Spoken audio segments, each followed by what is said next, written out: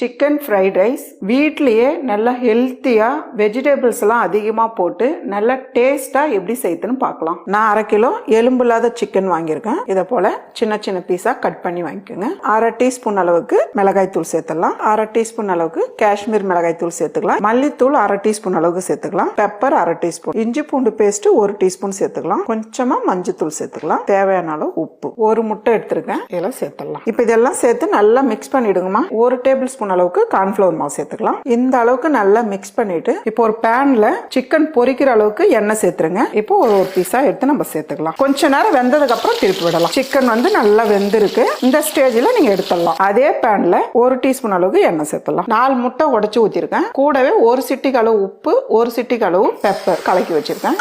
இந்த அளவுக்கு வெந்து வர டைம்ல இதை அப்படியே திருப்பி விடுங்க. அவ்வளவுதான். 2 பக்கமும் நல்லா திருப்பி விட்டுட்டு இப்போ அப்படியே உடைச்சு விட்டுருங்க. இப்போ ஒரு கடாய் வச்சுக்கலாம். சிக்கன் பொரிச்ச எண்ணெயை நான் வடிகட்டி வச்சிருக்கேன். இதே எண்ணெய் நம்ம சேர்த்துக்கலாம். ஒரு 3 டேபிள் ஸ்பூன் அளவுக்கு சேர்த்துக்கலாம். ஒரு 15 பல்லு பூண்டு எடுத்து பொடியை நறுக்கி வச்சிருக்கேன். ஒரு பெரிய இஞ்சி துண்டு எடுத்து பொடியை நறுக்கிருக்கேன். பாருங்க, இஞ்சி பூண்டு ஓரளவுக்கு நல்லா வதங்கிடுச்சு. 2 பச்சை மிளகாய் பொடியை நறுக்கிருக்கேன். 1 கப் அளவுக்கு பீன்ஸ், 3/4 கப் அளவுக்கு கேரட், கோஸ் நல்லா நீளமா இந்த அளவுக்கு கட் பண்ணி எடுத்துக்கோங்க. இந்த அளவுக்கு வதங்கினா போதும். கொஞ்சமா இந்த டைம்ல உப்பு சேர்த்துக்குங்க. 1 கொடை மிளகாய் நீளமா கட் பண்ணிருக்கேன். இந்த அளவுக்கு வதங்கினா போதும். வெஜிடபிள்ஸ் எல்லாம் பச்சையா அப்படியே தெரியணும் பாக்குறதுக்கு. நான் பாஸ்மதி ரைஸ் எடுத்து வடிச்சு வச்சிருக்கேன். உதிரியா வடிச்சுக்குங்க. இந்த அளவுக்கு சில்லி சாஸ் 1/2 ஸ்பூன் அளவுக்கு சேர்த்துக்கலாம். டொமேட்டோ சாஸ் 2 ஸ்பூன் அளவுக்கு சேர்த்துக்கலாம். கொஞ்சமா சோயா சாஸ், 1 டீஸ்பூன் அளவுக்கு பெப்பர், தேவையான அளவு உப்பு. ரைஸ் நல்லா கலந்துருங்க. இந்த அளவுக்கு நல்லா மிக்ஸ் பண்ணிட்டு நம்ம பொரிச்சு வச்சிருக்க முட்டை, பொரிச்சு வச்சிருக்க சிக்கன், கொஞ்சமா வெங்காயத்தாள் இப்படியே கிளறுங்க.